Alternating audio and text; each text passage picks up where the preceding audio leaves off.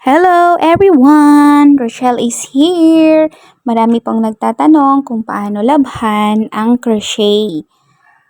Ngayon po, ipapakita ko paano ko labhan. Madali lang, bawal pong kusutin.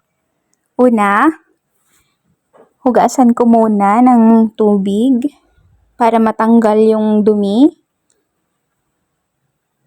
Nadumihan kasi to, hinigaan ng cat na alaga ko. Tinanggal ko na din siya muna doon sa patigas niyang wire.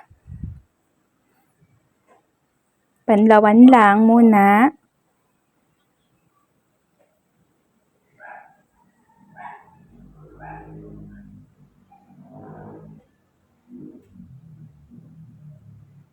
Bale, pinipiga-piga ko lang na ganyan para hindi matastas. Nakalak din naman yan kaya hindi basta-basta matastas. Tapos itapon ko yung tubig, papalitan ko ng bagong tubig na malinis na. Ang gagamitin kong panglaba ay yung detergent na liquid. Mas matapang kasi yung powder na detergent, kaya liquid lang yung aking gagamitin. Tutunawin ko lang dyan para bumulat, ibabad ko ng 1 oras o mas higit pa kung mas marumi.